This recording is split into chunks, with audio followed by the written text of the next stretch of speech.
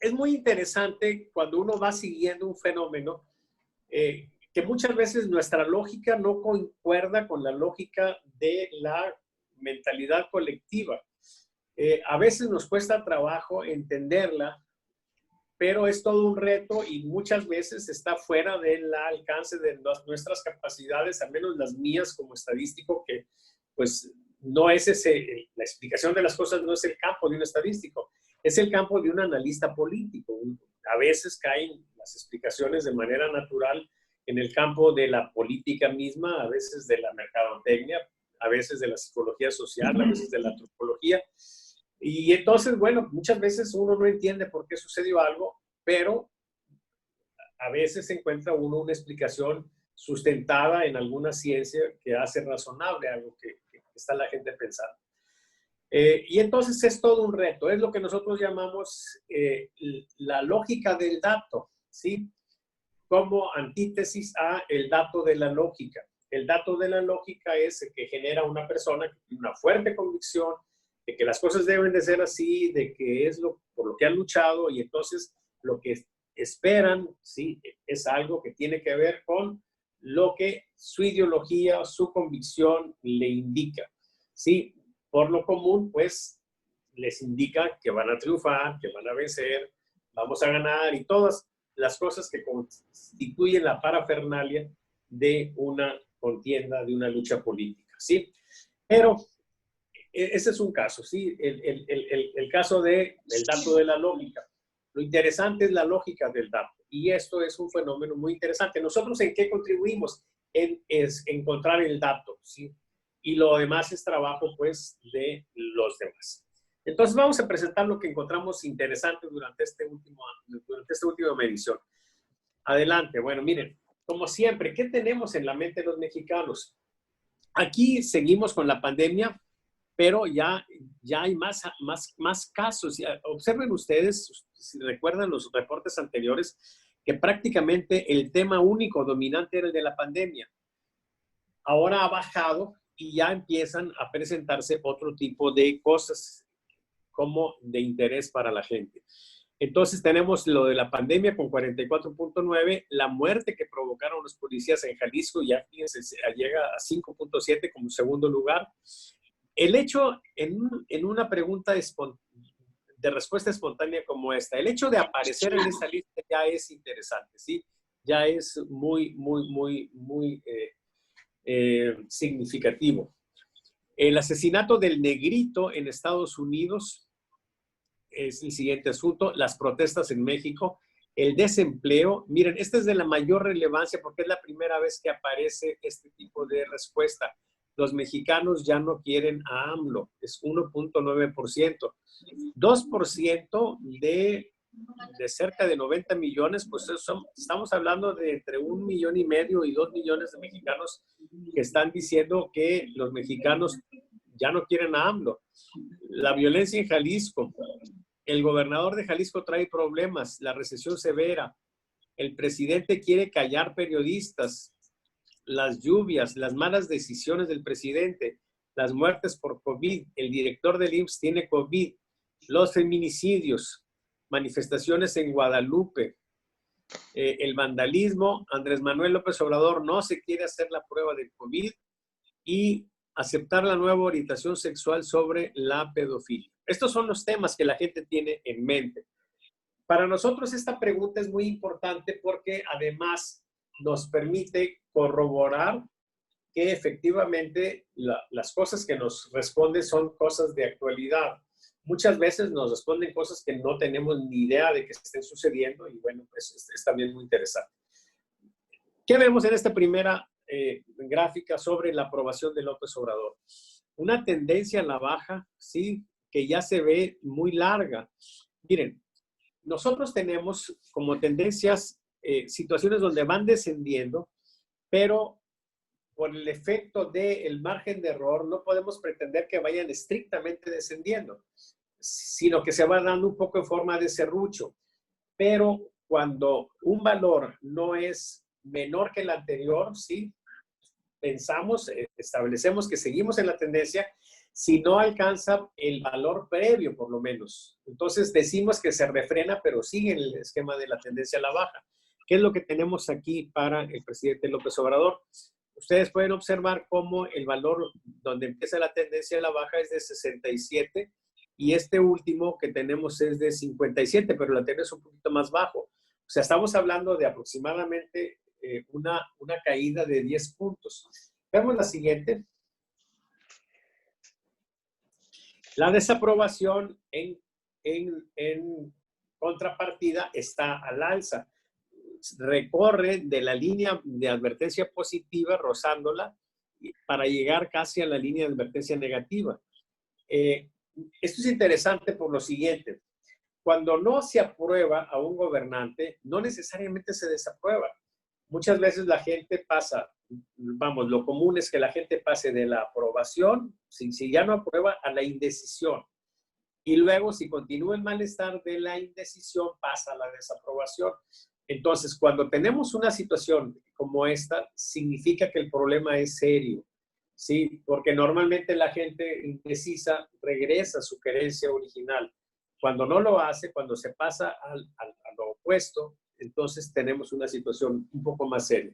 Vemos la siguiente. No tenemos estabilidad, sí, pero de cualquier manera lo que nos da la encuesta es el valor que teníamos ahí, que no sé por qué se movió tanto, de 58.1. Sí, como tenemos una tendencia a la baja, es claro que este valor está sobreestimando el valor de aprobación del presidente. Vemos la siguiente. Y el tracking nos muestra cómo sí se aprecia una tendencia a la baja, no muy pronunciada, pero es una tendencia a la baja para la aprobación y una tendencia al alza para la desaprobación. La siguiente. En el caso de las calificaciones, tenemos el deterioro de manera un poco más clara porque tenemos de nuevo una advertencia negativa y si ustedes observan, la anterior también fue advertencia negativa. La anterior a ellas no es advertencia negativa, pero la anterior sí. O sea, de las últimas 4 mediciones tenemos 3 advertencias negativas. No habíamos tenido advertencias negativas o alertas negativas y ahora se nos presentan 3 en un periodo muy corto. Esa es una mala señal. Vemos la siguiente.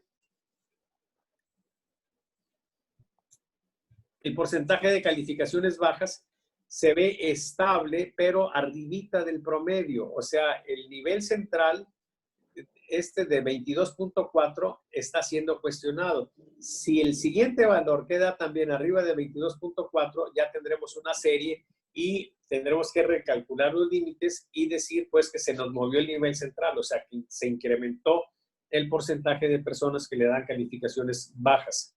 La siguiente. En el caso de las calificaciones altas, se liga una segunda advertencia negativa. Miren, los que dan calificaciones altas al presidente son sus seguidores más fieles. Esta segunda alerta negativa lo que nos está indicando es que está perdiendo a algunos sectores de los que eran sus seguidores más fieles. Eso es grave. Tenemos aquí el hipocentro. Esto es los sectores sociales que favorecieron esta caída, los que más hicieron que cayera. Y son gente de la Ciudad de México, ya lo hemos señalado antes, la Ciudad de México se está convirtiendo en un problema fuerte para el presidente.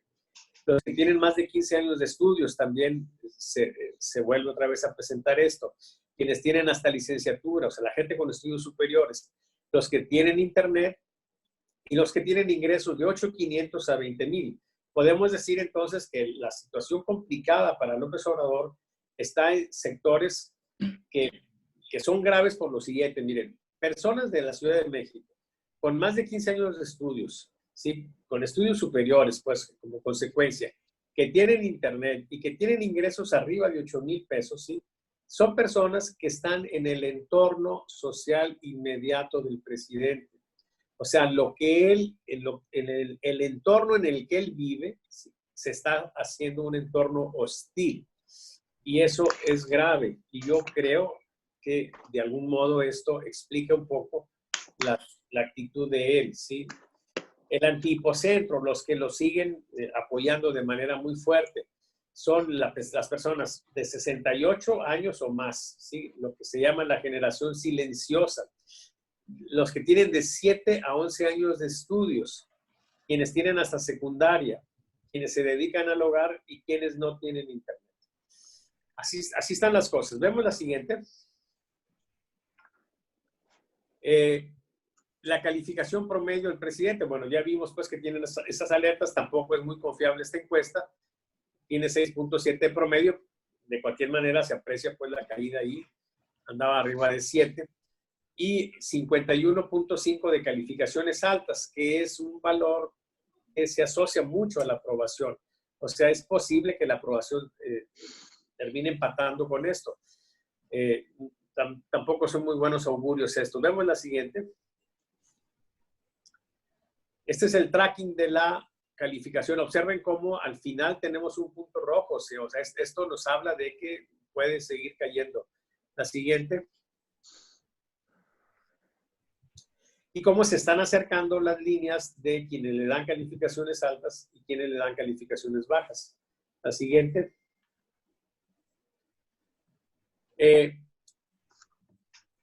Esta es una gráfica interesante porque el rechazo a todos los partidos alcanza un valor récord. Sí, es una advertencia negativa, pero es el valor más alto que hemos registrado hasta ahora.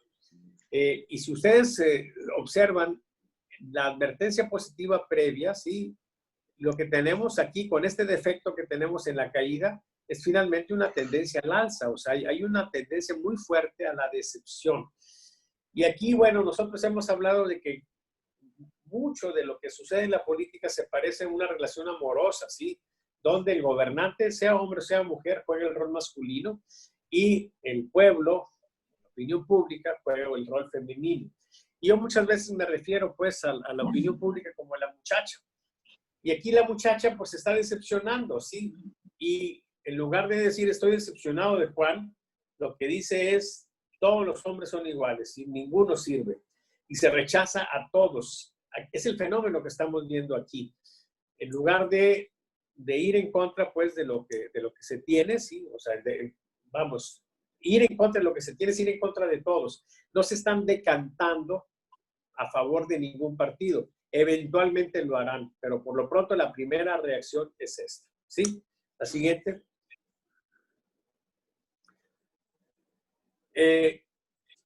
La identificación partidista. ¿Sí? Esto lo tenemos en términos globales. Morena sigue estando arriba, ¿sí? Lo que estábamos comentando, no se decanta esto. En lo que se nota acá muy abajo es que el ninguno sube a 59.7, que es una barbaridad, pero todavía no capitalizan los demás partidos esto, ¿sí? Morena sigue, en términos relativos, sigue estando en una condición de fuerza. La siguiente. Miren, yo incluí estas preguntas por una situación muy clara, ¿sí? Algunas cosas que está haciendo López Obrador son muy cuestionables a los ojos de muchos, para los ojos de otros no, pero desde hace tiempo, bueno, desde que empezó esto por acá en octubre, yo quise medir dos cosas, ¿sí? Si se sienten orgullosos del presidente y si se sienten avergonzados. Entonces, lo que hemos tenido aquí es una evolución, pero lo que tenemos al final, que es lo que ahorita estamos reportando, es ya una advertencia negativa, que es casi una alerta, y una serie por debajo del promedio, y claramente se aprecia una tendencia a la baja. O sea, el sentido de orgullo por el presidente se está perdiendo. Y vemos los hipocentros. Si, ¿quiénes son? En el caso del último punto, que es la advertencia esta primera, los que sí tienen internet, quienes rechazan todas las opciones políticas, ¿sí? O sea, que son los que antes estaban con Morena o con él y que se decepcionan. Y luego, en el global, cuando vemos los de la serie, pues es la generación X, ¿sí? Los de 39, 50 años, y otra vez quienes sí tienen internet. ¿Quiénes siguen siendo leales? ¿Quiénes se siguen sintiendo orgullosos del presidente? Quienes tienen hasta secundaria, quienes no tienen internet, quienes aprueban al presidente y quienes tienen ingresos hasta 2,400 pesos mensuales. También acá hay otros grupos detectados para la serie, los que no son ni solteros ni casados, de 0 a 6 años de estudios, quienes no tienen ningún grado de estudios, quienes no tienen internet, quienes aprueban la labor del presidente y quienes se sienten más identificados con Morena. Entonces, el punto aquí central, que es lo que yo he tratado de explicarle mucho a mis amigos de Morena, es que aunque tengan una fuerza todavía razonablemente aceptable, la composición de su fuerza se ha modificado peligrosamente, porque estos sectores, que son muy queridos, al menos por mí y por mucha gente, sentimos pues empatía por ellos, ¿sí? Por su propia condición, ¿sí? Muy apremiante, son los que menos participan en política. Entonces, esos valores que tiene de aprobación son inflados en términos políticos, porque llevar a esa gente a votar es muy complicado. Lo que se hacía antes, sí, cuando había mucha corrupción, pues era darles dinero o ayudarles a que fueran a votar. Pero ahora Morena eso lo ha hecho delito grave.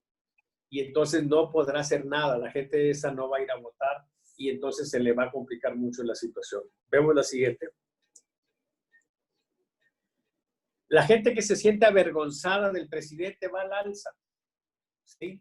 No tenemos hipocentros aquí porque no alcanzó a marcar la advertencia negativa, pero es claro pues que tenemos una situación también preocupante. La siguiente. Bueno, es la gráfica, sí. 29, pues, hasta se observa pues cómo se están acercando las tendencias. Fíjense, llegamos a estar más de 40% de personas orgullosas del presidente y ahora andamos cercanos al 30%. Y la situación de avergonzados, pues ahí va levemente hacia arriba. Vemos la siguiente. El índice de felicidad nos registra una advertencia negativa que casi es alerta, ¿sí? Entonces aquí se nos está reflejando también el problema. Pues miren, no se presenta aquí, pero les voy a avisar, ¿sí? En el reporte completo. ¿Saben qué? Ahí termina la presentación, ¿verdad?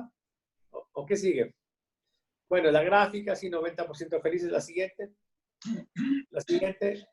Creo que esa es, ok, esa es la última, ¿sí? Bueno, miren, vamos a olvidarnos del reporte por lo pronto y antes de pasar a otras cosas, déjenme comentarles que el asunto de la felicidad poco tiene que ver con la política, ¿sí? Tiene que ver con otras cosas y particularmente las cosas de orden afectivo.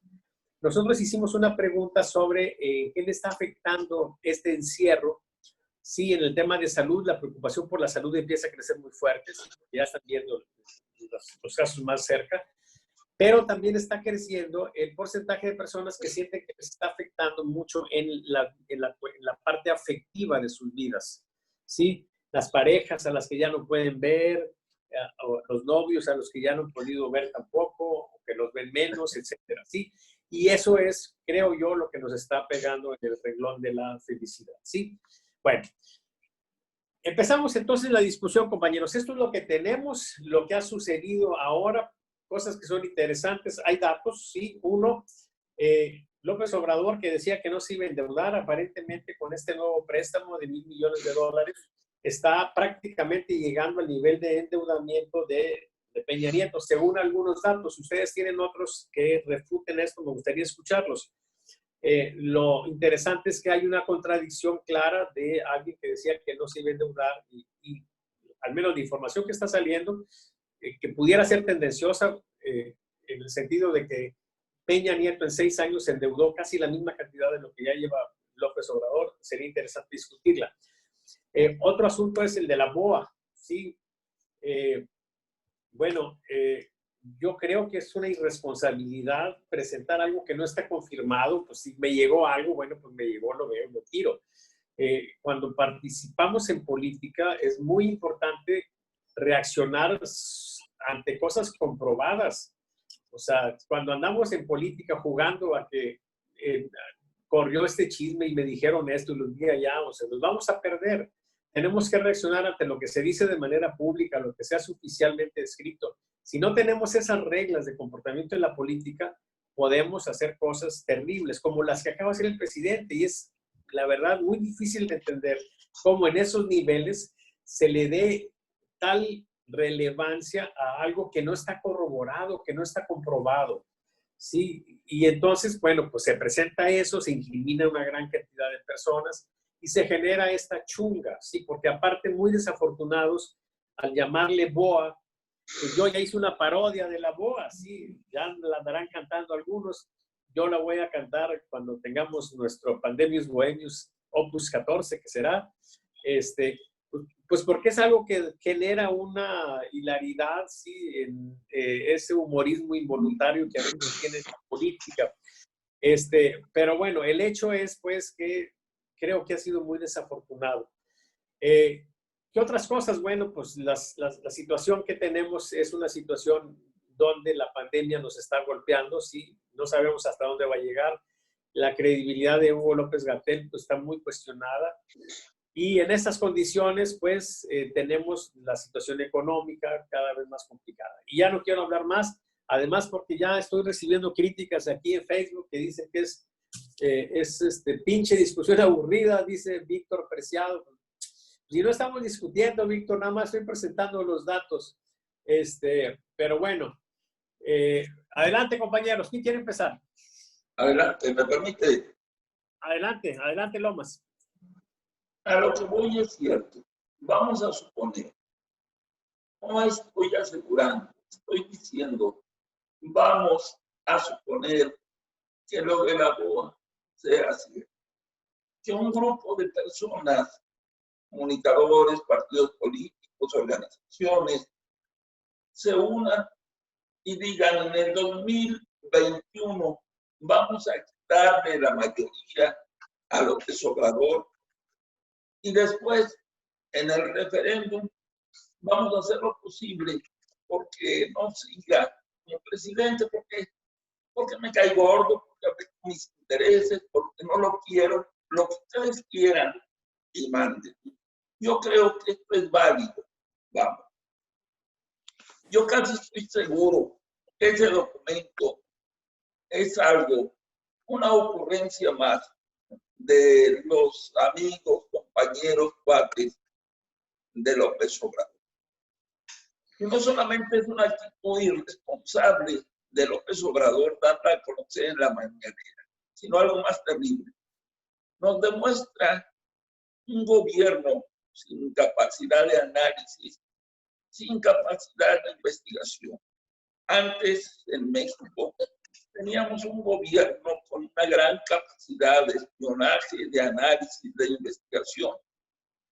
Ahora no. El aventarse el tiro, cuando le preguntan, bueno, ¿quién lo hizo? No sabemos. ¿Quién lo entregó? No sabemos.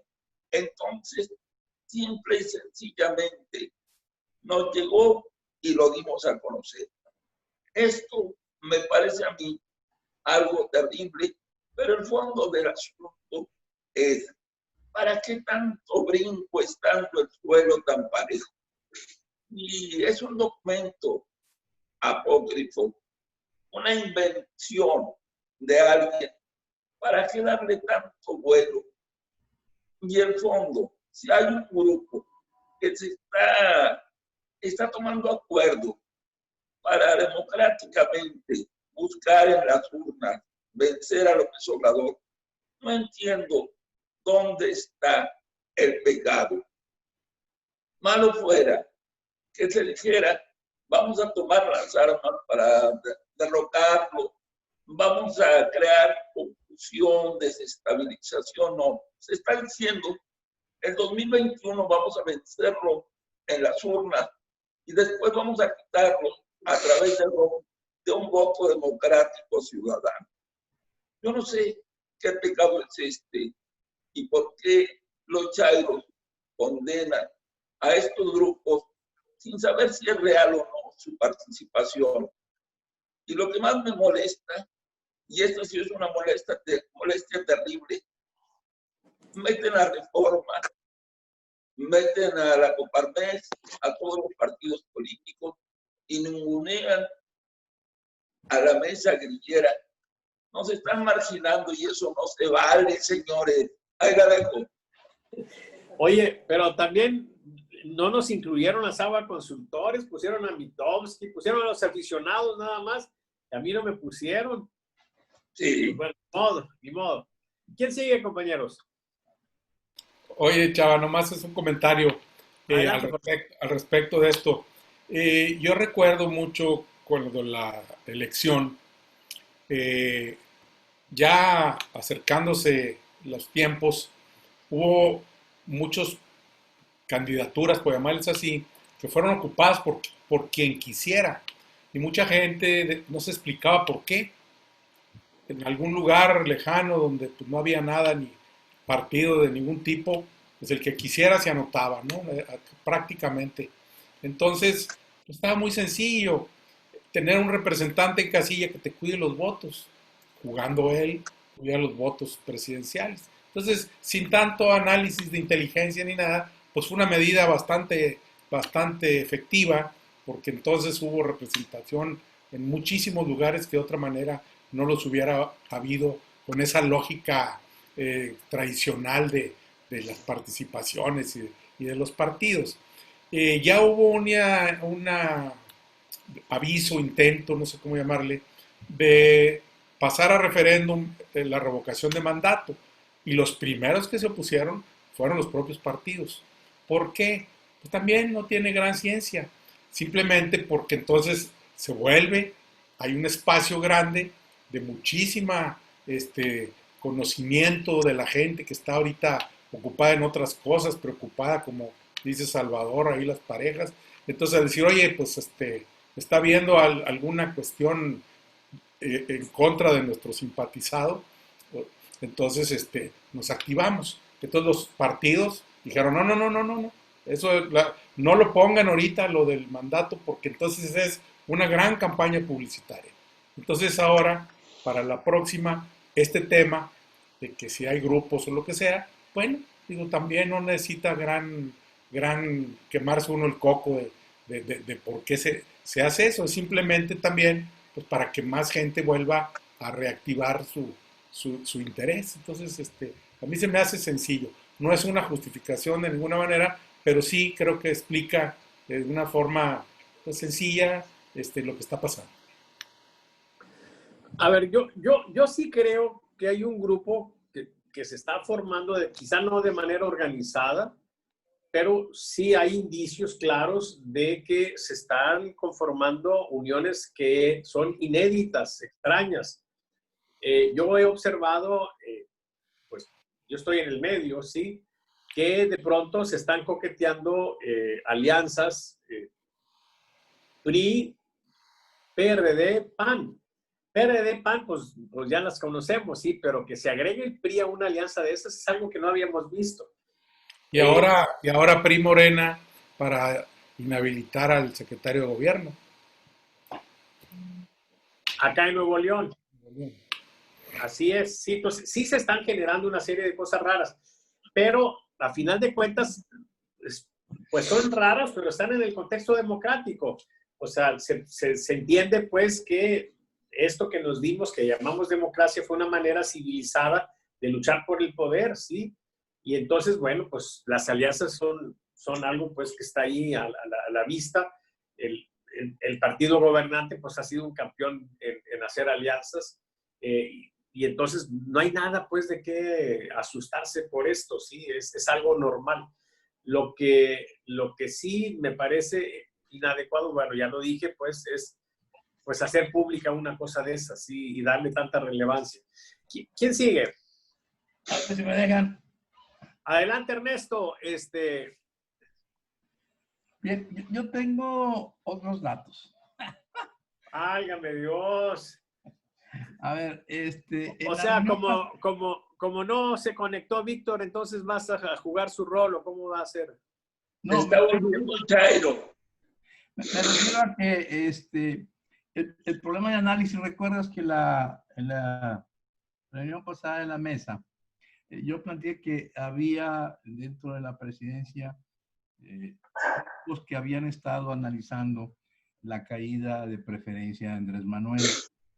Y este grupo estableció la necesidad de un control de daños y empezamos a ver la reactivación de una serie de acciones que había el presidente dejado de lado, entre ellas las famosas giras. con todo lo incongruente que era salir a una gira por las condiciones del COVID, como quiera la reactivaron. Eso te da una idea del tamaño de la medición que ellos están viendo. Es claro que, que están haciendo un control de daños.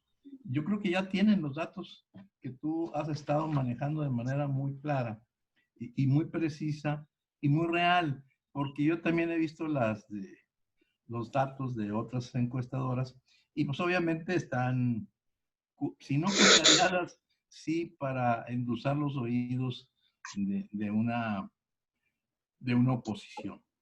Yo también te decía en aquella época que existía la creación de un órgano que al principio puede que no tenga un órgano coordinador, pero hacía el hincapié que hacer una logística en más de 40 ciudades, sacar la gente a la calle a manifestarse, se requería algo que existiera para que hubiera el material necesario que saliera eso.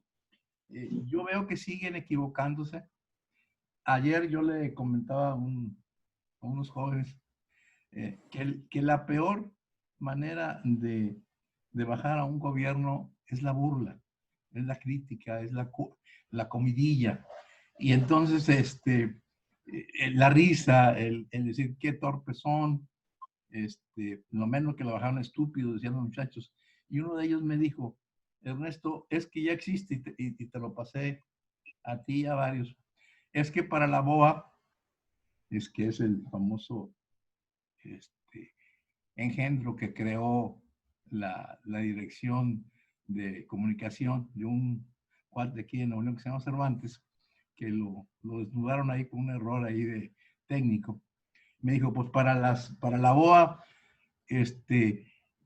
los chairos ya formaron la culebra y me pusieron la canción de la culebra diciendo que ese va a ser el antídoto. Y empezó la botana y la burla.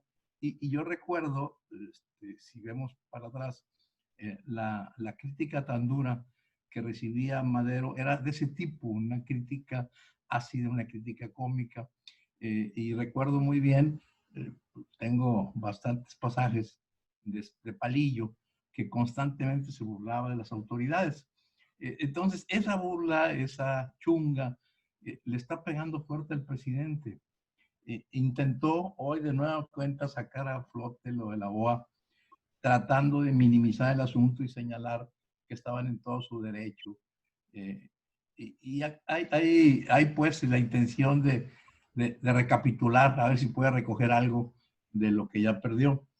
Pero me parece que empiezan a perder sentido las 5, al menos hasta ahorita 5 vertientes que están por la presidencia y atacaron muy duro a Cuauhtémoc Cárdenas.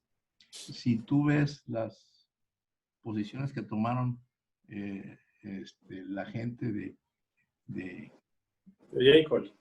muy fea, diciéndole viejo senil, viejo pendejo senil. O sea, esas son las características de cuando él hace una sugerencia y dice, Andrés Manuel, sugiero que por lo pronto detengas tales obras. Y si tuviste la reacción, muy fuera de lugar, con un hombre que podrán decir todo lo que quieran, pero es un hombre comprometido con México y de un alto sentido ético-político. A mí me tocó... Y el personaje clave para que López Obrador sea lo que es. Sí, definitivo. Yo estuve con él cuando fue su primera lucha por la presidencia y el hombre tenía muy claro el sentido de lo que es el Estado y lo que es el gobierno. Y algo que nosotros establecimos en aquella época era el famoso, el fin justifica los medios. Y ahorita voy si me permiten más adelante, a leer un documento que hicimos con respecto a esto. Entonces, si ves por un lado los principales aliados que le dieron vida y forma a Andrés Manuel, el siguiente crítica fue de Porfirio Muñoz Ledo. Tú ves el discurso de Porfirio Muñoz y dices, oye, entonces, ¿para qué carajo luchamos tantos años para llegar al peor escenario de un revivo priista acedo, antiguo, como lo fue en los años 70. O sea, más o menos del nivel de Díaz Ordaz, Echevarría y Miguel de la Madrid de incompetencia, de incapacidad y de dureza. Entonces, esta incongruencia te trae como consecuencia lo que ha pasado con el préstamo. Yo le decía a ellos, el problema no es que los préstamos sean malos, están equivocados. El problema es que el presidente dijo que no iba a aumentar la deuda. Era el argumento de campaña y un argumento que siguió diciendo ya estando en el gobierno. Nosotros le sugeríamos, no hablen de aumento de la deuda porque van a tener que hacerlo. Mira, lo que se llama origen y aplicación de recursos en el manejo del documento que marca Hacienda, tú haces una proyección y siempre dejas un espacio para un crédito, porque pueden suceder muchas cosas. Entonces tienes un espacio, puede ser un terremoto, puede ser un huracán, puede ser 1000 cosas que te pueden suceder. Entonces tú lo que haces es, aparte de tu fondo de contingencia, tener una cantidad de posibilidades de un préstamo.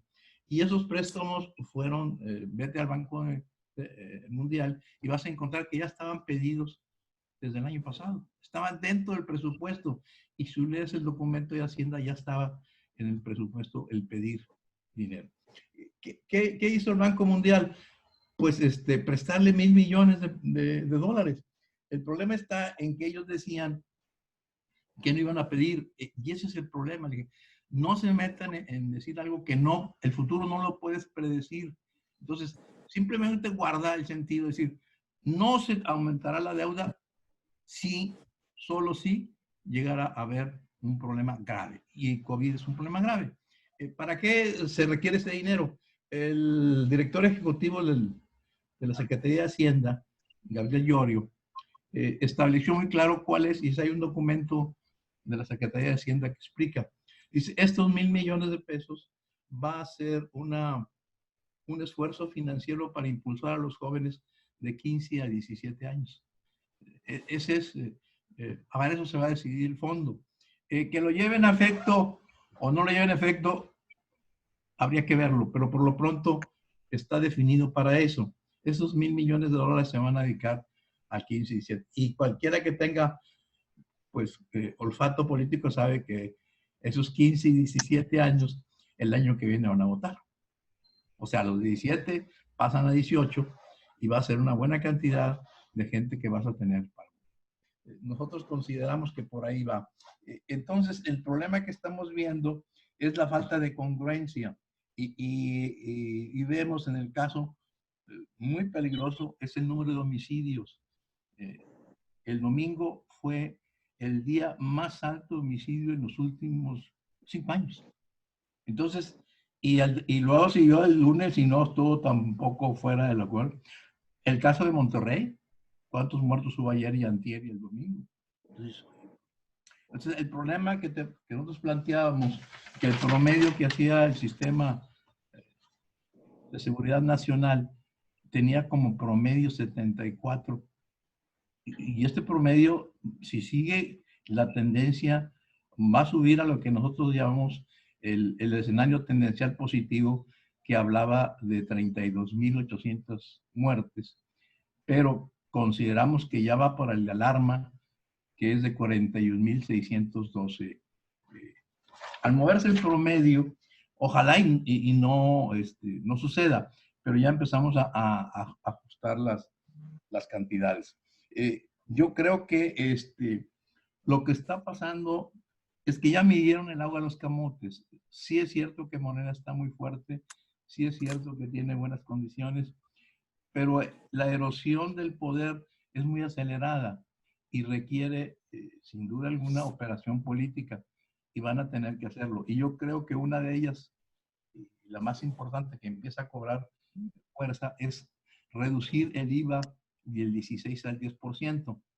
Nosotros ya hicimos los cálculos, le dije, pues sí, sí lo pueden hacer, la bronca es con qué carajos van a suplir la falta de ese dinero, independientemente de que los datos que nosotros tenemos, que son datos dados por el Fondo Monetario Internacional, por el FMI, y por las economías de la ONU, establecen que vamos a, en el peor de los casos, o en el mejor de los casos, menos 7%, y Estados Unidos va a andar por el 4%. El único país que va a crecer al 1% va a ser China. Entonces, en ese escenario mundial, que es peor que después de la Segunda Guerra Mundial, nos encontramos con la necesidad de que el gobierno necesita hacer operaciones políticas. ¿Y a qué acude? Pues a lo que le ha dado resultado. Acuérdate de cuando era regente de la Ciudad de México, Andrés Manuel se aventó el complot, ¿te acuerdas? Un complot, todo era complot. Y hoy, pues, de muy mala manera, porque la gente que tiene a su lado, pues le falta vivencia política, malicia e historia política, pues se aventó un documento que yo te puedo decir que tengo 3 documentos que manejó el PAN en su momento y los voy a publicar para que sean los documentos de veras. Obviamente los obtuvimos. Y lo que sale hoy es de risa loca cuando dice, lo que pasa es que ese documento nos lo dan los choferes, nos lo dan las sirvientas que están en las casas. Hijo de... Eso es de operación política y de inteligencia y te tienen grabado. Es de risa loca, o sea, nadie te la va a creer. Entonces me parece que requiere, y creo que van a intentar hacerlo, un recuento de daños y una operación política para detener la caída que sin duda en la aprobación y en sus calificaciones vienen a la baja. Creo que ya se dieron cuenta. Por eso una reacción tan rápida y tan virulenta contra esta gente que es opositora.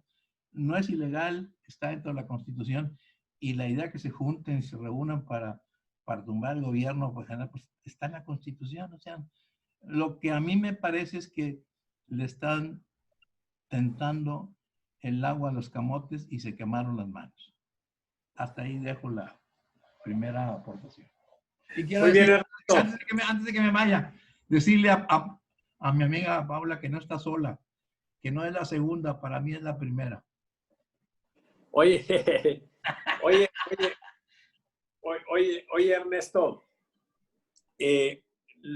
aquella idea de que las cosas se presentan primero como tragedia y después como comedia se manifiesta de manera muy clara en esto de el complot. No, yo creo que estás equivocado, Salvador. Y déjame argumentarte por qué. Dice la historia que algunas cosas salen como tragedia y luego como comedia. Quiero decirte que en este caso, nuestro amigo, y lo dije hace rato, es una tragicomedia. Aquí ya juntaron las dos. Es una tragedia y una comedia. O sea, ya elevaron el sentido de las cosas. Yo creo que es una tragicomedia. Y Paula, estamos contigo. No estás sola, ¿eh? Bueno, déjenme decirles nada más que mi Mónica, que está aquí presente, juega un rol muy, muy importante también en nuestra empresa, ¿sí? Hay una condición básica de que es una empresa estadística, y entonces pues, la única estadística que tenemos es mi Paula, pero Mónica tiene un valor central en la empresa, sí, ha sido muy importante para mí y va a ser muy importante también el trabajo conjunto que va a hacer con Paula, sí. Pero, y hay más que al rato llegan, sí. Pero la jefa segunda, Mónica, yo estoy con ella porque es pueblo. Ella se va a juntar con nosotros porque es pueblo. Muy bien. Es luchadora social. ¿Quién sigue? Falta Mónica, falta José Daniel. ¿Quién sigue? Mónica, pues como ustedes quieran. Me da igual. Adelante, José Daniel, ilústranos. Súbenos el rating, por favor. Pues miren, compañeros, hay 2 momentos en la vida de este sexenio donde me he sentido desmoralizado profundamente. Una fue cuando se liberó al hijo de aquel famoso narcotraficante hace algunos meses y que fuimos, pues, lo que es una burla internacional. Me sentí bastante desmoralizado. Esta es la segunda vez que me siento desmoralizado por el tema de la BOA. A mí me parece que López Obrador tiene heridas psicológicas que ya no va a sanar, lamentablemente. Yo creo que si se pudo haber logrado algún avance nacional en este país en manos del presidente, debió haber sido en el año 2006, a lo mejor, si hubiera adaptado algunas cosas. A mí me parece que sus... eh, no le... no- le pienso en decir la palabra trauma porque el contexto casi siempre se percibe negativamente, pero así como se habla de los veteranos de guerra, ¿no? Que años después quedan con síndrome de estrés postraumático, que apenas escuchan un cohete y reviven esos momentos donde estaban en la guerra. Y todo. A mí me parece que AMLO está atravesando algo similar. Yo lo veo psicológicamente derrotado a pesar de haber arrasado en las urnas, o sea, su actitud, su comportamiento es de una persona derrotada porque a pesar de que ganó electoralmente, vamos, él sigue derrotado. ¿Cómo es posible que en medio de una pandemia, una crisis económica donde su propio ex secretario de Hacienda, Carlos Orsúa, dice, el presidente no sabe la que le espera, no tiene idea económicamente hablando qué es esto, ¿no? Que el presidente lo más relevante, o sea, lo que atraiga su atención en estos momentos es si hay un grupo opositor. A ver, el presidente fue opositor muchos años. ¿Y luego qué? Pues es el trabajo de la oposición en cualquier democracia del mundo. Presenta un artículo chafo que cualquier estudiante de secundaria lo puede hacer con obviedades. O sea, que AMLO ganó no sé cuánto, que los personajes de oposición son tales. O sea, básicamente es un análisis pésimo y en realidad yo no creo que sea un documento, pues, fidedigno.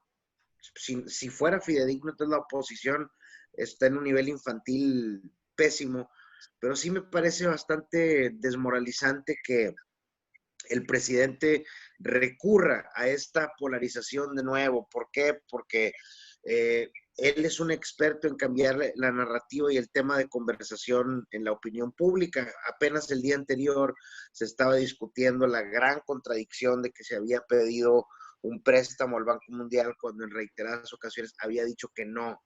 Y el problema no tanto es eso, el problema es que ya para que el propio presidente esté recurriendo a un préstamo del Banco Mundial cuando lo habían negado varias veces, es porque seguramente ya se están quedando sin dinero. Y eso es lo más grave del asunto. O sea, hay una escalada de impuestos en todos los niveles para la clase media. Y el proyecto del presidente, la cuarta transformación, es simplemente dar dinero, programas sociales y tener proyectos bastante inviables. Yo estoy seguro que la refinería de Dos Bocas no se va a terminar. Estoy seguro que el Tren Maya no va a ser aceptado por las comunidades y va a generar bastantes problemas en su construcción. Digo, por eso la inversión privada en el proyecto de ser el 70%, fíjense, iba a ser el 70% de la inversión de este proyecto y ahora el 100% es del gobierno. Cambió totalmente porque no es un proyecto viable, las comunidades no lo quieren, va a ser muy destructivo con el medio ambiente. Ya hay reportes que la construcción del Tren Maya va a acabar con la mitad de la población de jaguares, por ejemplo, en el país. Y a mí la verdad es que me parece, y digo, yo sé que seguramente alguien me va a acusar de ser del BOA o algo, ¿no? Pero yo creo que hasta este momento le está quedando al presidente muy grande la presidencia, no actúa como un estadista, no actúa como un mandatario, o actúa como una persona resentida que llega al poder y aún así sigue obsesionado con los adversarios, con quienes en algún momento le hicieron algo. O sea, la verdad es que es muy triste y es muy triste porque durante mucho tiempo López Obrador representó la gran esperanza de la gente de este país. La violencia no cesa, siempre el fin de semana mataron un número de gente récord, no solo a nivel nacional, en Tabasco, que es su estado natal, o sea, que ahí a quién le echas la culpa. Y me parece que las justificaciones de su base más comprometida pues, son las mismas que siempre escuchamos de los otros políticos. Es que no va a cambiar todo tan rápido, es que no se puede, es que no todo es su culpa, es que no es tan fácil. Entonces, si no era tan fácil, ¿para qué abriste la boca, hombre? O sea, yo la verdad es que yo no creo que López Obrador, no sé, yo lo veo como el ocaso de un líder social y político.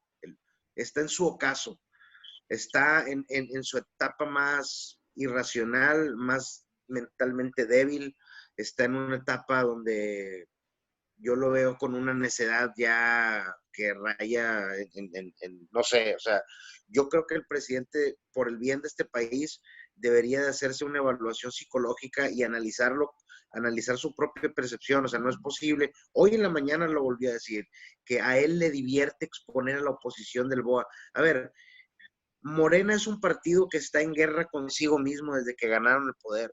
Ahorita no tienen líder, no tienen candidatos, no tienen cuadros, no tienen personal, no tienen nada. Y lo único que hacen es hablar de la oposición, hablar que si Enrique Alfaro, que si Enrique Krause. A ver, güey, o sea, si por un lado dices que están moralmente derrotados, entonces ¿por qué te preocupas, hombre? Yo no he escuchado ningún otro presidente de México reciente que se la pase hablando tanto de sus adversarios, que pues si son insignificantes, ¿para qué les prestas atención? O sea, a mí me parece que vamos, el esfuerzo que hace la gente que lo sigue por justificarlo es lamentable, es triste.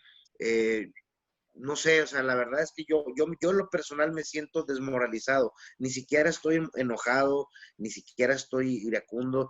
Y me llama mucho la atención, y con esto cierro, porque la respuesta de sus seguidores más comprometidos es la misma. Te insultan, te tratan de minimizar, te hacen, o sea, es muy triste, y eso me hace pensar que el problema no es el presidente, el problema son los mexicanos, somos muy mediocres, y esa mediocridad iba a seguir. Cuando el presidente llegue a morir de causas naturales, le van a poner banderas, y el que siga, si es que gana Morena, va a estar idolatrando como los grandes líderes socialistas. Eso ya lo vi, eso ya lo hemos visto antes. El socialismo y la izquierda es una fantasía, no debería ni existir. Es una porquería. Todos los discursos asistencialistas o humanistas a través de la historia, ninguno, no hay uno solo en la historia de este planeta que haya funcionado y que no haya encumbrado un líder mediocre y frustrado. Espero equivocarme, pero yo me siento desmoralizado y no puedo evitarlo. Es todo, compañeros. Muy bien, muy bien. Pues mira, esta situación de tristeza que planteas es una forma también de evadir el punto, ¿sí? Otros lo evadimos por el lado del humor, pues, o sea, vamos, si el presidente no se toma en serio publicando algo que no está comprobado, pues yo, ¿por qué tengo que tomar en serio eso? Y entonces, pues, bueno, yo hice mi parodia, pues, de la BOA, que espero que la grabe pronto en la Sonora, ¿sí? Pero bueno, escuchamos a Mónica. Buenos días.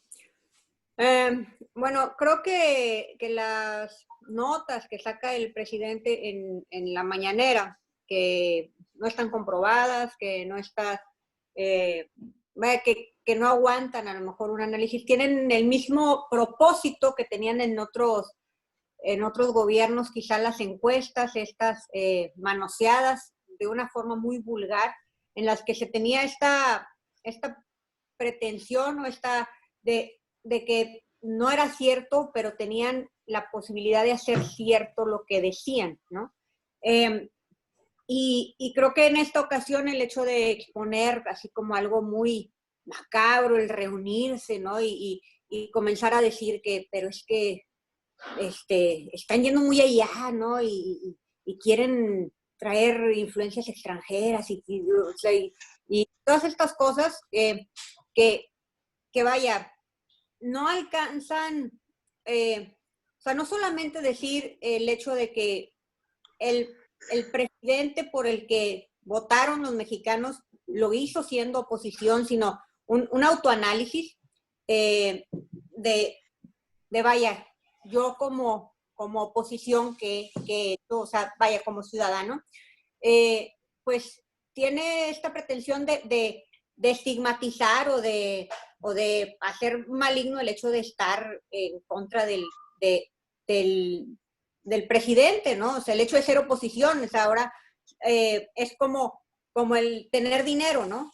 Como cuando dijo que era malo tener dinero.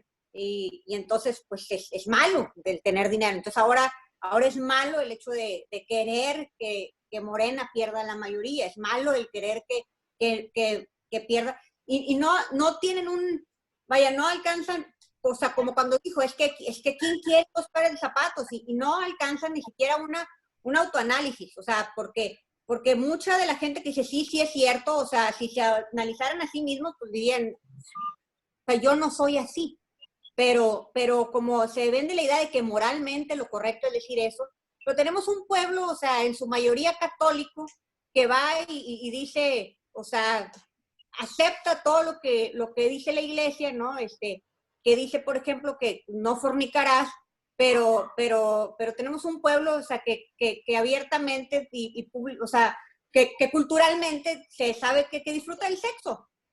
Y son fornicarios, pero van y siguen un dogma y creen en la Virgen de Guadalupe y creen en esta iglesia católica que les prohíbe fornicar, o sea, les prohíbe disfrutar del sexo, pero pues nadie lo hace, o sea, si se organizara, pues no eres católico, no eres un católico practicante, es igual, o sea, tenemos un pueblo que es así, y entonces, bueno, les vendes que eso es moralmente malo y que no lo debes aceptar, pues no lo acepto, y entonces como que por ahí va la cosa y ahora esa es la idea, o sea, vender que está muy mal, o sea, es muy moralmente malo eso, o sea, es igual que aspirar a tener dinero y los fifís y esto y lo otro, ahora esta es la apuesta, es la nueva apuesta, o sea, es la apuesta de comunicación social ahora, o sea, es la nueva apuesta de comunicación política más bien, o sea, el hecho de decir, o sea, si te andas organizando para querer votar y andas yendo a estas reuniones donde te dicen que hay que echar abajo al presidente y que hay que...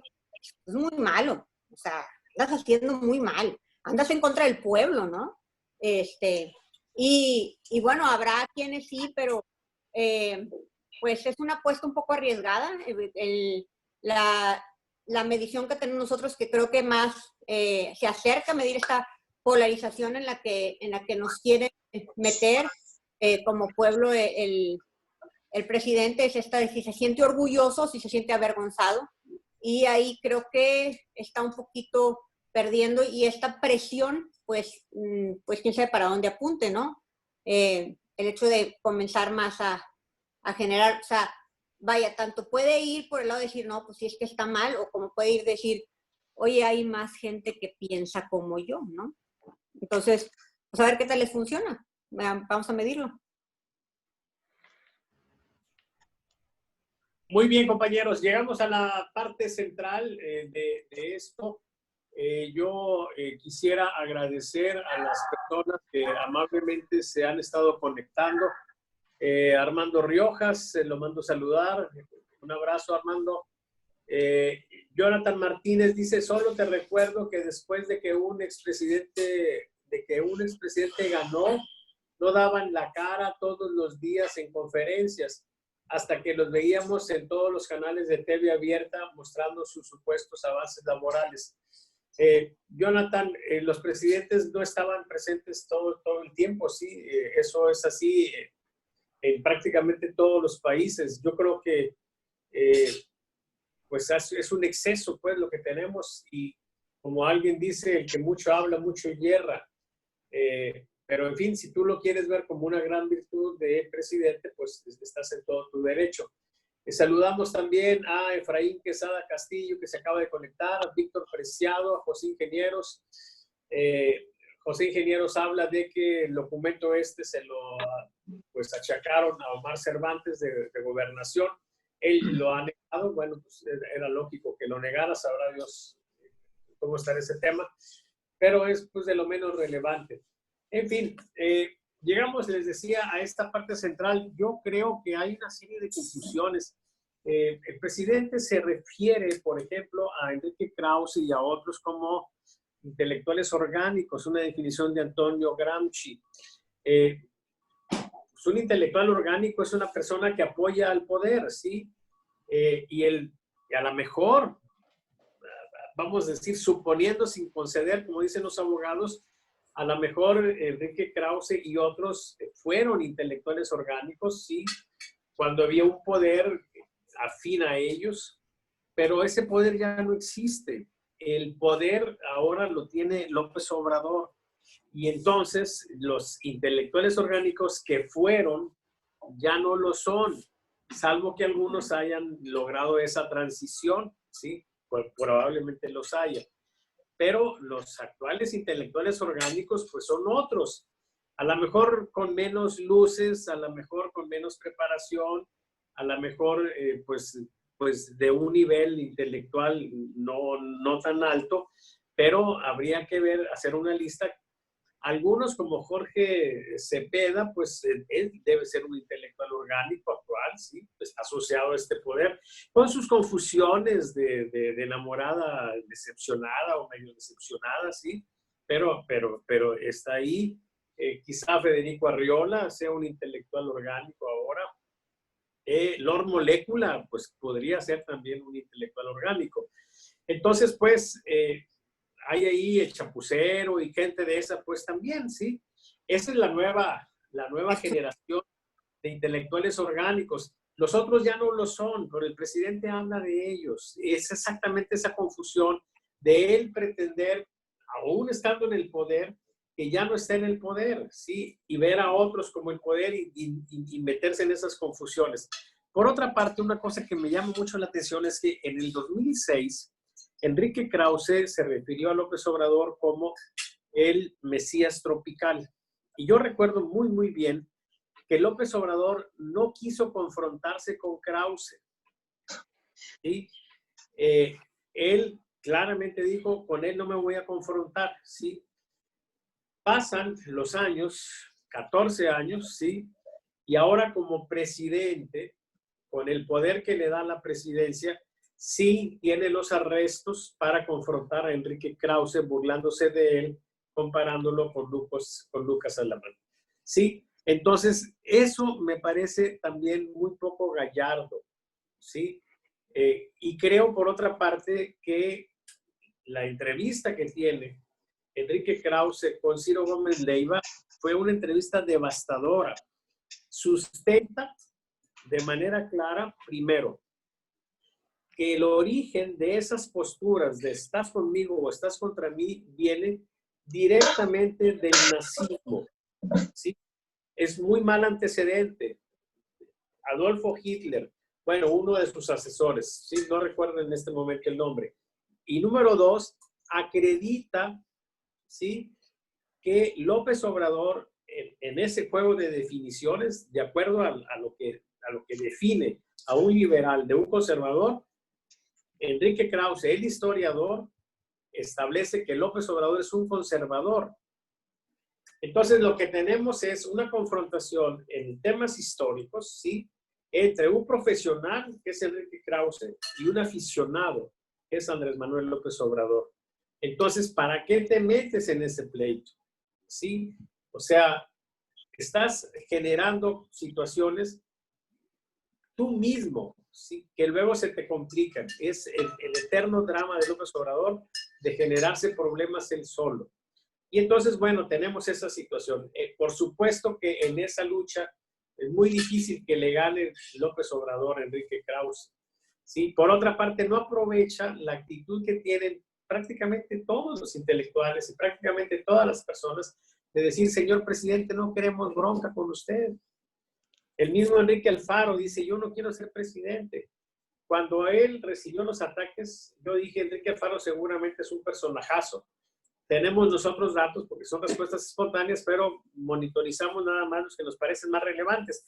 A Enrique Alfaro no lo teníamos monitorizado. Pedí que lo monitorizáramos y vi cuál es la evolución. Nadie lo está haciendo en cuenta para ser presidente, ni antes ni después de las agresiones de las que fue objeto, ¿sí?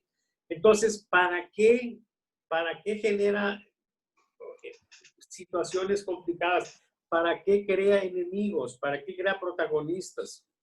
Porque si él sigue insistiendo en esto, entonces Enrique Krause o Enrique Alfaro puede ser que como reacción a lo que está haciendo López Obrador crecen como personajes y ya hay ahorita algunos que están postulando a Enrique Krause como candidato a la presidencia, ¿sí? Entonces, ese tipo de cosas las está generando el mismo López Obrador. Si fuera más cauto, yo creo que tendría más posibilidades de mantenerse en esa condición en la que está. No sé si de recuperar algunas de sus antiguas querencias, pero podría hacer algunas cosas. Yo tengo ya meses de no sugerirle nada al presidente porque sé que no hace caso. Sí, esto es simplemente una reflexión que hago, pues, un poco al aire, Y antes de pasarle la voz ya a algunos de ustedes para que vayamos cerrando, déjenme ver si hay alguna mentada de madre o algo aquí, porque cuando uno dice estas cosas, generalmente alguien reacciona. Pues no, todavía no. Sí, al rato llegará. Entonces, compañeros, para ir concluyendo, ¿quién quiere empezar? Ahí voy, ahí voy. Adelante, Antonio.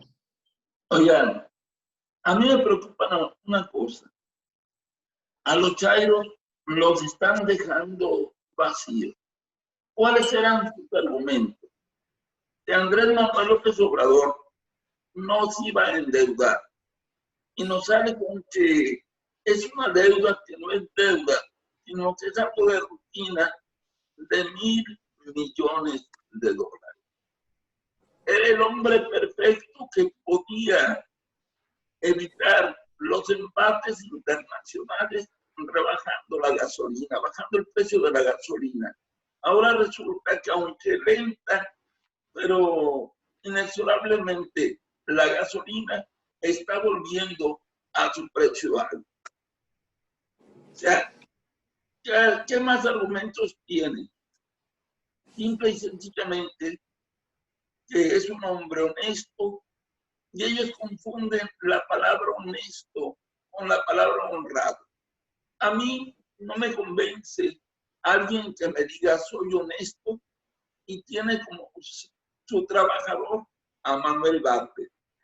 No me convence alguien que dice soy honesto, pero tengo negociaciones con la mafia del poder. Ya son mis socios.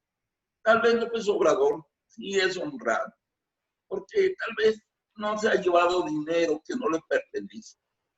Ese es un punto bueno, es honrado, no honesto, que es muy distinto primero.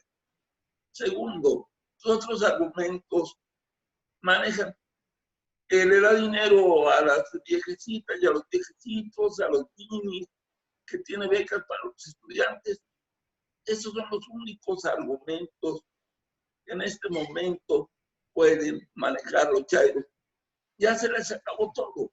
Por eso yo necesitaba un argumento de unidad y defensa a López Obrador y le mandan la BOA. Pero hay un peligro muy grande. La BOA no se puede domar y normalmente termina devorando a su presa. Jaguar, porque la BOA es la BOA. Ahí la dejo.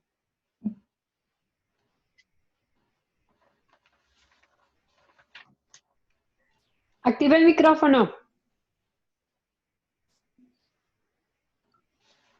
No se escucha. No te oímos, Salvador. Te escuchamos, Ernesto. Conmigo. Bueno. Yo nomás quiero plantear algo que se manejó por parte de la Secretaría de Hacienda, por parte del secretario Arturo Herrera. De nueva cuenta empieza a meterse en Honduras. No sé si sepan que estableció que la recuperación de México va, en lugar de ser una U, una W, va a ser una B de la victoria, o sea, una palomita. La verdad son decisiones de poco vivir y poco conocimiento en la historia de la economía. Cuando tienes escenarios que no están basados en la más mínima probabilidad o posibilidad, es muy difícil. Cuando el entorno mundial te plantea que estamos peor que cuando estaba la Segunda Guerra Mundial en cuestión de mercados, en cuestión de producción, en cuestión de distribución, hacer ese tipo de declaraciones son vanas, sobre todo de quien maneja los dineros. Normalmente los países dan este tipo de puestos a gente con un poquito más de maduración, y no quiere decir de edad, sino de maduración, tanto política y de manejos económicos a nivel no solamente local, sino internacional. Y hoy, pues la visión es decir, no va a ser la W, no va a ser la U, va a ser la ve, dice, así como la marca de un tenis. Entonces, ves la chabacanería de una persona que debía de ser la más cauta en el manejo de este tipo de expresiones. Ya te imaginarás a nivel de los asesores en finanzas y los consejeros de los diferentes grupos y empresas, pues la botana que se traen. A nosotros nos comentaron, ¿cómo ves? Y, pues es una chabacanería el señor, punto. Ahí déjenla de ese tamaño, pero no puede sostener de manera congruente lo que plantea este hombre. Y, en fin, incluso cuando nos plantearon la posibilidad de bajar del 16 al 10 del IVA, la verdad me parece que es una excelente idea para el pueblo que paga IVA, que es la clase media y la clase alta, porque la mayoría de los artículos de primera necesidad y consumo están exentos de IVA. Pues a quienes van a beneficiar, pues va a ser de la clase media para adelante, que son los que consumen y pagan el IVA. Pero en fin, hagan el análisis, pasen los datos y veremos si la realidad va a servirles. Desde el punto de vista político es impactante, sería, creo yo, muy bueno, porque aunque la gente que tiene menos de 4,000 pesos mensuales de salario, pues no le va a afectar, porque ellos normalmente la cantidad de dinero que le dedican a productos de consumo que tenga el IVA son menores. Casi es pues pura comida o artículos que están con tasa cero o exentos. Entonces, yo quería plantear algo que es un análisis que terminamos sobre algo que se ha estado manejando en política. Se habla de que el fin justifica los medios. Y nosotros hicimos un análisis y estamos diciendo esto. Los medios, una vez libres, han traicionado a los fines. El fin justifica los medios, pero vos ya no te acordás mucho de cuál es el fin. Tu especialidad fue siempre y fueron los medios. Y estos deben ser contundentes, implacables y eficaces. Mario Benedetti. El primer signo de la corrupción que ésta continúa en una sociedad es que los medios suplanten o sustituyan al fin. Empezamos por una aclaración. La frase más representativa del famoso fin justifica a los medios, atribuida falsamente a Maquiavelo y a la real política, no nació en las páginas del Príncipe, ni en el otro libro, de los discursos de Tito Livio. Al parecer, por curioso y extraño que sea, proviene de un manual de ética escrito en 1645, muchos años antes de la aparición del Príncipe. Y esto fue hecho por el teólogo jesuita Hermann Busemammu, llamado Medulla Theologica Moralis. En él se puede leer cum finis est licitus, itim media sunt licita. Cuando el fin es lícito, también lo son los medios. En nuestros días, en la escena política, desligar a los medios de los fines es el fundamento de las revoluciones ideológicas de nuestro siglo.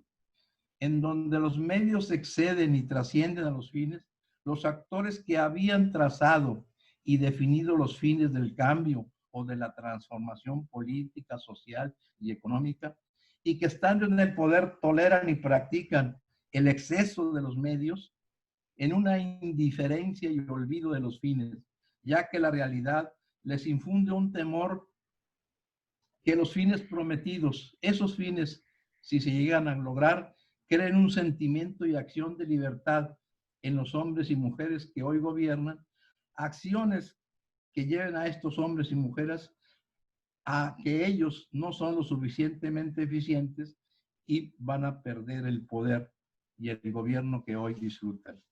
En esta demasía de los medios lleva la transformación a una continua transgresión en interrumpida serie de nuevos inicios en todos los preceptos social, político, económico, olvidándose y desconociendo la realidad.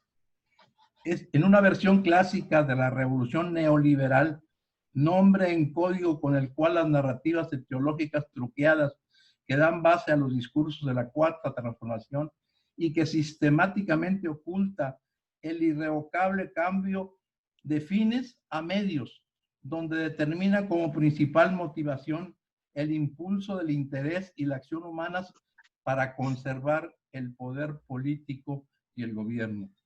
Este exceso y olvido de la realidad les arranca del rostro a los transformadores las máscaras sagradas de la sagrada providencia y de la imperiosa inevitabilidad del éxito de su movimiento.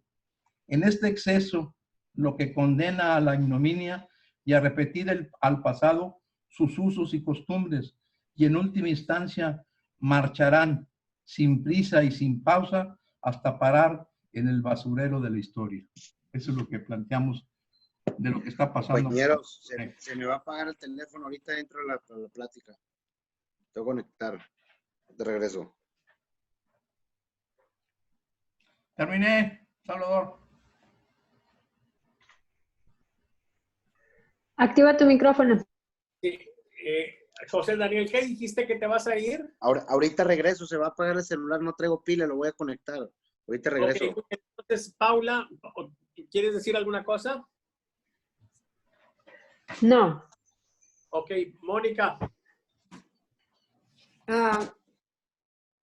Bueno, pues solamente mencionar que me llamó la atención el reporte pasado que teníamos el hipocentro en la generación X, que es pues, justamente la generación que soy yo por el grupo de edad.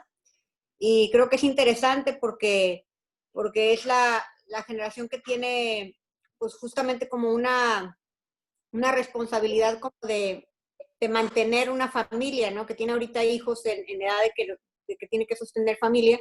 Entonces creo que esa, vaya, es un indicador bastante importante. Ya los que están más grandes, ya los que están 38 y más, que ya están más en una condición de jubilación, pues como que no están tan afectados en este sentido.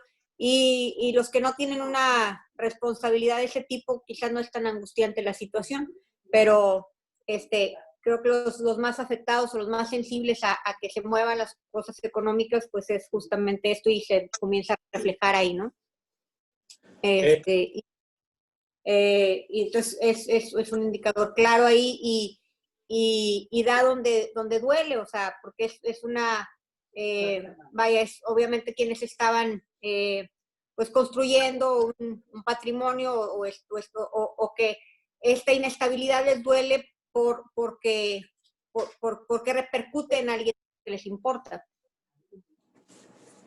Hay un fenómeno interesante, muy triste también, porque hay un indicador del consumo en supermercados, en tiendas, ¿sí? Y el dato que acaban de presentar es que bajó en un 25%. Estoy citando de memoria, a lo mejor es otro dato, pero el dato que yo escuché me pareció impactante. O sea, estamos comprando menos. Y eso es claro, pues, que nos está generando una situación donde tenemos menos satisfactores a nuestra disposición porque podemos comprar menos.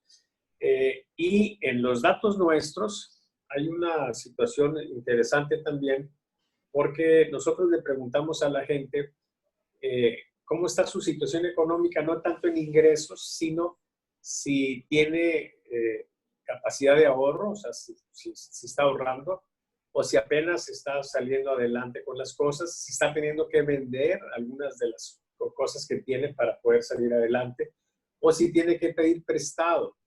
Y lo que hemos observado ahí es que ha bajado más o menos, es que es un poquito más de 20%, pero hemos perdido a la mitad de la gente con capacidad de ahorro, o sea, ha bajado como 10% el porcentaje de personas que pueden guardar algo.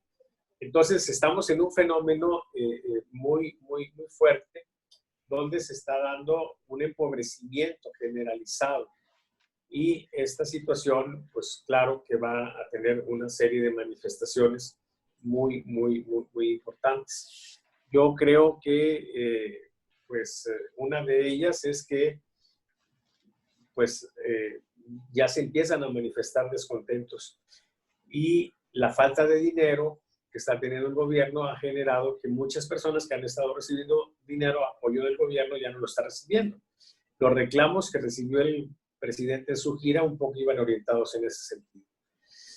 Bueno, yo quisiera que entráramos pues a esta tercera etapa y dejamos a José Daniel, cuando se conecte, entonces le damos una oportunidad para que nos platique en extenso algún punto de vista, pero quisiera que cerráramos con la grilla. No hay que hacer una precisión de los números que estás dando, Salvador. Qué bueno que la tienes. Mira, lo que se viene siguiendo es que la ANTAD, que es la Asociación Nacional de Tiendas de Autoservicio, plantean una disminución del 24.3, pero hay que ver el componente. Ellos establecen que los meses de abril y de mayo son meses fundamentales para ellos. Entonces ellos plantean que lo único que se ha estado vendiendo es los artículos de primera necesidad. O sea, lo que antes vendías en ropa, lo que vendías en aparatos electrónicos, lo que vendías en otro tipo de situaciones, hoy no lo están haciendo, por eso viene el declive. Pero quiero decirte algo más. Si bien es cierto, bajó 24.3 el mes de mayo, abril bajó 22.9. Y si lo sumas, te das una idea del impacto tan terrible que está teniendo. Y hay algo también que valdría la pena que no dejaran de visualizar. México es un país que exporta fundamentalmente los granos, tanto maíz, frijol, arroz. Y quiero decirte que los precios al consumidor vienen aumentando de manera muy consistente y ahorita ya hay un aumento del 106% acumulado. ¿Qué quiere decir? Que lo que va del año, porque se toma el 100, es un 6% de aumento de la inflación. O sea, los precios en este país han aumentado un 6.16%. Eso te da también otro de los problemas que estrangulan la economía de la familia. Entonces, te comento esos tres datos porque al final del día son impactantes para lo que tú acabas de decir. Son los datos que se da por parte del INEGI y por la ANTAD. Y volviendo a la grilla, pues es obvio que aquí en Nuevo León hoy se planteó en los diferentes medios y en redes la posibilidad de ya la sanción al secretario general de gobierno, que fue el gobernador en el periodo que se hizo la desviación de recursos. Eso nos ayuda bien porque genera primero la aceptación de la comisión de una serie de ilícitos por parte del gobierno encabezado por Manuel González y revive la posibilidad del juicio político que tenemos contra Jaime Rodríguez. Vamos a ver, se tiene citado para el viernes. A mí me parecería de excelente posibilidad que se generara porque da la base jurídica para lanzarnos después para la solución y del caso de Jaime Rodríguez con el juicio político. Esa es una. Y la otra, pues que están desatados ya los precandidatos que quieren la gobernatura. He recibido, no te miento, 3 encuestas de diferentes lugares donde ponen algunos al alcalde de Monterrey, en otros ponen a Clara Luz, en otro ponen al muchacho Samuel. O sea, es una guerra que se traen ellos pensando que pueden movilizar o cambiar las conciencias si pones a tal o cual persona. Y lo hacen los famosos enfrentamientos personales, con esta con él. Y la verdad es un juego, aparte de muy bajo nivel, porque se ve las desproporciones, pues es una manera que están utilizando para ganarse muy buena cantidad de dinero. A casi un año de circunstancias, no han medido, y creo que es como el tío Lolo, aquellos que dicen se hace tonto solo quien le crea a este tipo de encuestas, sobre todo en un ambiente de inseguridad política, porque hay problemas en Morena. Morena está siendo impugnada, su dirección. En Nuevo León está impugnado el proceso de elección del presidente del partido. Y el PRD, pues siempre en constante lucha. Y Morena ni se diga, todos contra todos a todas horas. Entonces a mí me parece que es muy temprano para cantar alguna ventaja de cualquiera de los candidatos. Podrán tener en el transcurso de estos meses la posibilidad de preparar, capacitarse y hacer buenas acciones para que trasciendan a la opinión de sus gobernados en primera instancia, si están teniendo un pacto político, y segundo, pues veo esa característica del tío Lolo en este tipo de encuestas. Así es. Bueno, evidentemente estamos viviendo una etapa en la que los candidatos pues creen más en la publicidad, ¿sí? Contratan encuestas a modo, de ese modo van a tratar de convencer a dinero para gente que les apoye con dinero para sus campañas, etcétera. Pero bueno, es la historia de siempre.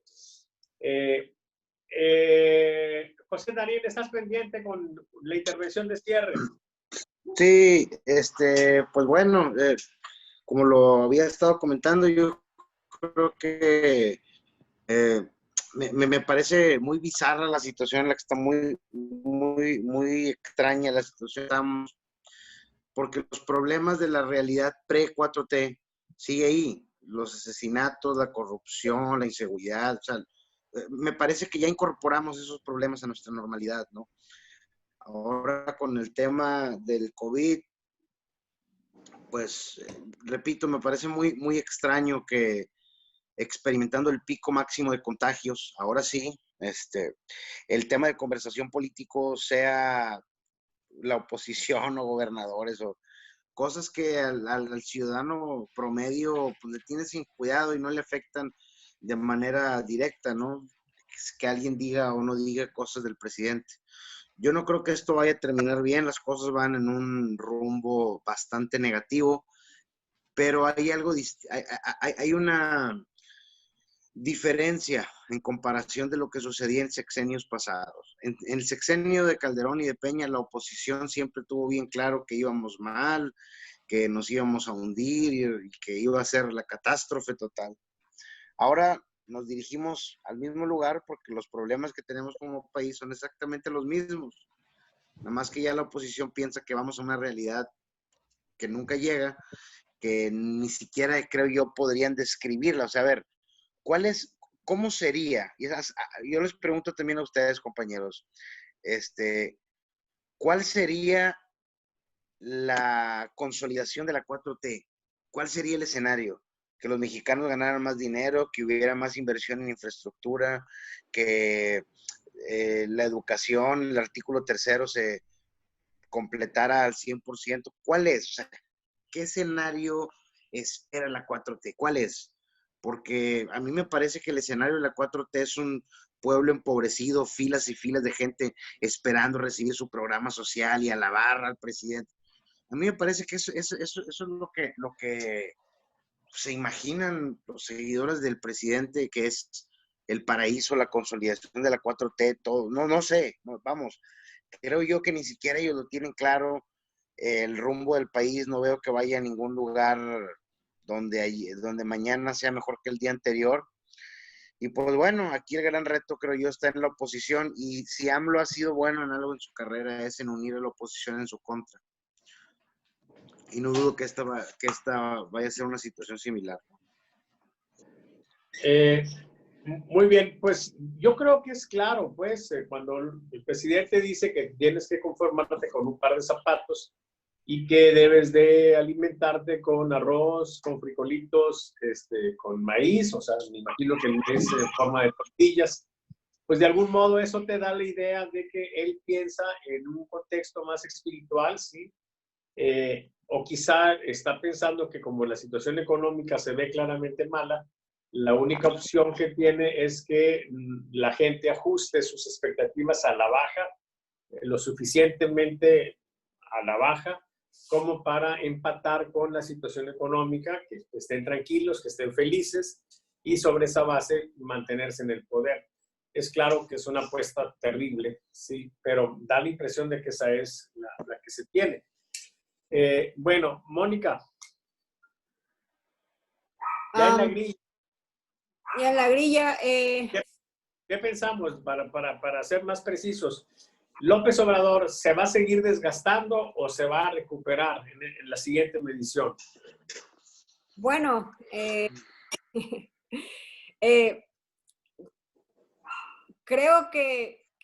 yo creo que se desgasta. Yo creo que se va a seguir desgastando porque no veo, vaya, sigue usando la misma técnica y si no le funcionó en esta ocasión, no veo elementos para que le funcione más. O sea, su estrategia es quitarle, que es la estrategia que ha utilizado, quitarle valor moral a quien está enfrente. Entonces, ese valor moral es, no importa lo que argumente, porque recibe dinero. No importa lo que argumente, porque son mis adversarios. Entonces, sigue, por ejemplo, lo de Enrique Krause, sale la nota esta de que recibió 5 millones de pesos por parte de Alfaro, ¿no? O sea, es que está argumentando, no importa que lo que... ¿vale? 1 millón. Hubo notas que dijeron que sí. Entonces, recibió dinero, entonces lo que diga, así sea cierto, así sea coherente, así sea un argumento muy acertado, no vale porque recibió dinero. Entonces, como es pecado recibir dinero y más por parte de un gobernador que es el adversario y etcétera, etcétera, entonces, o sea, te nulifico. Pero ese ha sido un argumento reiterativo. No sé qué tanto, o sea, le pueda seguir sirviendo porque está apelando a lo mismo. Entonces, si ya no le está funcionando en 2 mediciones consecutivas, ahora hace una apuesta más a esta condena moral y yo creo que no le está funcionando y no creo que le vuelva a funcionar. Entonces creo que porque como se la comenzó a aplicar a mucha gente, pero era gente que no se tenía un contacto, pero ya hay una cercanía más, o sea, de decir, no, o sea, porque le cobró impuestos, porque, o sea, ya lo exageró del recurso y ya comenzó a verse el caso más cercano, ¿no? Es como lo del COVID, ¿no? Que ya afecta a mi salud porque ya estoy viendo casos cerca, ya es más difícil decir no existe, o están inventando casos. Y ya entonces, ya es un poco más difícil comenzar a vender esa idea, que quizás sí sea cierto en algunos casos, pero como ya exageras el recurso, entonces comienza a perder credibilidad. Muy bien, compañeros. ¿Alguien desea agregar alguna cosa más antes de irnos? Yo, antes de irnos, te quiero dar una respuesta, José Daniel.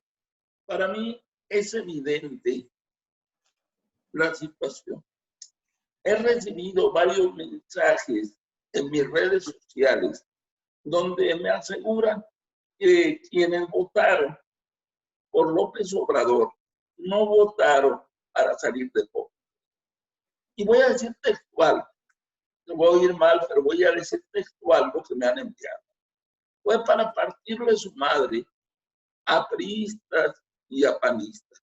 No fue para salir de pobres, fue para tener un presidente honesto. ¿Qué me están diciendo con esto? No importa la miseria. Lo que importa es que tenemos un presidente honesto y ni Estados Unidos lo tiene. Por otra parte, en estos momentos, dice López Obrador que ya le preocupa la oposición que se ha integrado en la BOA. Pero si yo miro la realidad, por poner un ejemplo, Nuevo León, un PRI con canibalismo, un partido Morena con canibalismo, un PRD inexistente, un movimiento ciudadano con un youtuber a la baja. Ya no sé de qué oposición habla Andrés Manuel López Obrador. A mí lo que me preocupa mucho es que el presidente y sus seguidores van o están siendo devorados por sus propios fantasmas que le ayudaron a López Obrador a llegar a la presidencia, y hoy día me da la impresión de que lo pueden devorar. Ahí la dejo. Muy bien, Antonio. Déjenme decirles que Efraín Quesada Castillo nos escribe lo siguiente. Dice, me gustaría escuchar la opinión de José Daniel. ¿Me escuchas, José Daniel? Sí, aquí estoy. Dice, con respecto a la utópica propuesta de AMLO de exterminar la corrupción y usarlo como base de la economía nacional. Sí, la idea aquella, pues, de que todo lo iba a resolver eliminando la corrupción. ¿Tienes una opinión sobre eso, José Daniel? Sí, pues bueno, una opinión muy rápida. El problema de la corrupción es que es un vicio humano, pero es un vicio humano que se manifiesta a través de las arcas públicas casi siempre porque es de donde se roba el dinero. Y el problema de AMLO es tratar de resolver un vicio humano a través del discurso, de él hablar en contra de la corrupción. Él piensa que porque él, yo la verdad creo que él literalmente lo piensa así.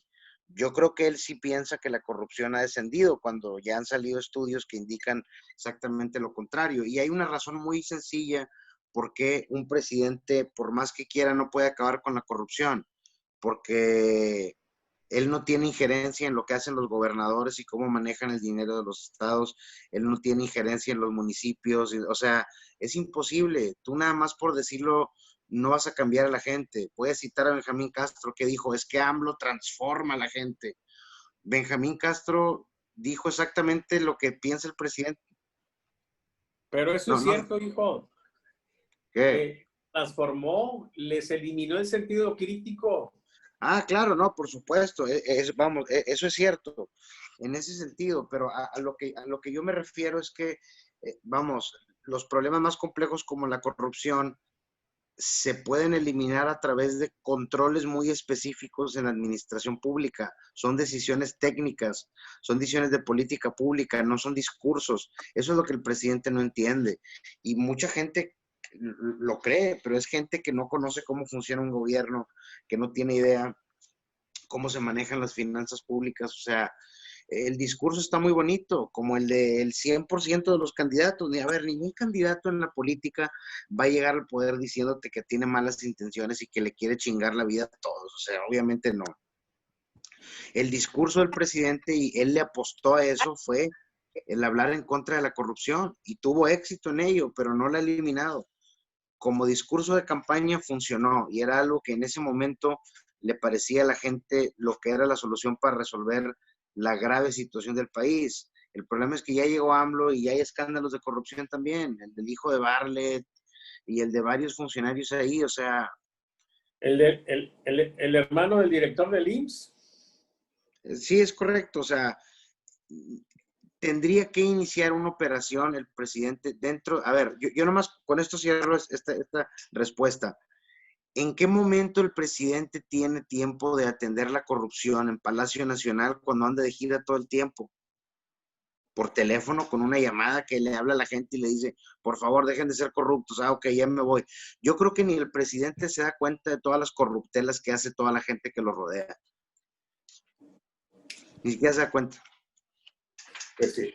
Bueno, compañeros, ya nos vamos. ¿Alguien quiere agregar alguna cosa o nos despedimos?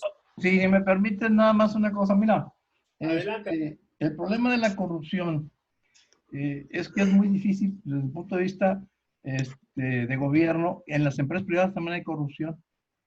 Por ejemplo, los jefes de compra o directores de compra normalmente reciben una serie de dádivas o viajes o algo. También en la iniciativa privada existe corrupción. Claro, ahí se juegan los dineros privados, Pero quiero decirte que algo que dijo Andrés Manuel al principio era importante, pero se le olvidó conforme ha pasado el tiempo. Dijo, yo no soy responsable, ojo, más que de mi hijo Ernesto. Así se llama, Jesús Ernesto. Entonces, esa era la verdadera posibilidad de él. Cuando se sale y cuando quiere ser el garante de todo su gabinete, pierde el sentido original. Entonces, que la corrupción se va a dar y tú, en todo caso, el único responsable es de tu hijo, porque es un menor de edad que está todavía bajo su patria potestad. En ese momento, aquel estaba ubicado. Si ustedes recuerdan los primeros discursos, sobre todo el de la toma de posesión, que cambió mucho y sembró buenas posibilidades, y posteriormente habló de esto, de decir, yo no me comprometo a que todo el mundo sea honesto y no haya corrupción. Y el único compromiso es conmigo. Pero después se lo olvidó y ahora pues apoya y no corre a quienes están en grado extremo de corrupción. Entonces, ya es lo que te digo, se perdió. Los medios los medios para tener el poder, para mantenerse en el poder, ya se independizaron y traicionaron a los fines originales que tenía la 4T y Andrés Manuel. Esa es una realidad práctica. Los medios, o sea, quedarse en el poder y seguir estando en el control, se olvidó de los fines originales que tenía la 4T. Muy bien, compañeros, pues ha sido un gusto participar con ustedes. Extrañé, la verdad, mucho a nuestro amigo, seguidor de López Obrador. Víctor de la... ¿Perdón? Víctor de la Rosa. A Víctor de la Rosa, pues sí, como que nos faltó, pues.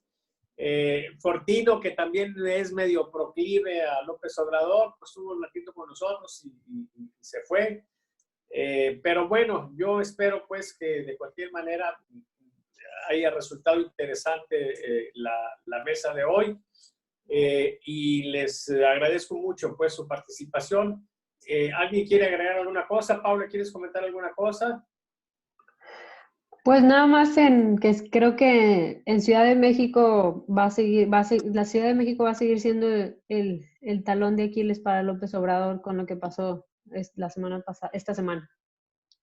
Esta semana viene a reforzar lo que en la Carta de Navegación Política encontramos la vez anterior, de que la Ciudad de México se consolidó como una debilidad para el presidente López Obrador. Él carga actualmente con la marca de la Ciudad de México. Yo pienso que es un poco como Juan Charrasqueado. Sigue por ahí, pero trae una marca ahí muy fea, ¿sí? Y es la Ciudad de México. Y eso le va a complicar mucho la vida y le está complicando también su carácter. Yo creo que, lo había dicho hace rato, es el entorno social inmediato de él y le está resultando hostil. Por otra parte, es una situación que debe generarle a él un gran desasosiego, estar comprobando que los que lo querían ya no lo quieren, ¿sí? Porque el nivel de aceptación que tiene en la Ciudad de México es similar al nivel de aceptación que tiene entre los panistas, para que nos demos una idea de cómo es el deterioro. Y lamentablemente por errores de él, ¿sí? Porque cuando su esposa se manifestó en favor de las mujeres, cuando la marcha aquella, si él hubiera dicho, yo estoy con mi esposa y con las mujeres, a lo mejor él estaría teniendo la Ciudad de México como una fortaleza. Pero se equivoca mucho el presidente. Sus seguidores le tienen pavor a decirle, señor, me parece que estaba usted equivocado. Y entonces tenemos un problema muy fuerte, ¿sí? Muy difícil de resolver. Yo creo que no hay remedio. Pero aún así, siempre estamos en estos temas ante la incertidumbre. No sabemos qué va a pasar. Quizás sea más probable que continúe el deterioro del presidente, pero no podemos descartar un repunte.